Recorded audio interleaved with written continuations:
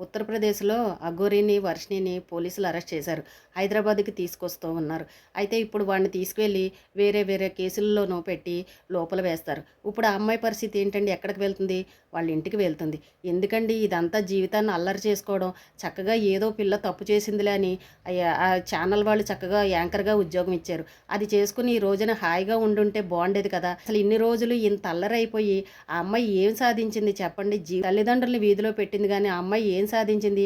ఆడపిల్లలు ముఖ్యంగా ఏంటో ఆ టైంకి ఎలా ఆలోచిస్తారో తెలీదు. ఇలా పిచ్చివాళ్ళ మాటలు నమ్మి జీవితాలని పాడు చేసుకుంటూ ఉంటారు. ఇప్పుడు వాడు లోపలికి వెళ్ళిన తర్వాత ఇప్పుడు ఆ అమ్మాయికి అర్థమవుతుంది. జీవితం అంటే ఏంటి? జీవితం విలువ అంటే ఏంటి?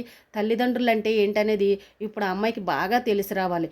ఇప్పుడు ఆ పిల్ల చేసిన తప్పుకి తల్లిదండ్రులు ఎంత నరకం అనిపించారండి. ఆ అమ్మాయి వల్ల ఎంత పరువు పోయిందండి. పెళ్ళవ్వాల్సిన అమ్మాయి ఈ రకంగా చేయొచ్చా చెప్పండి.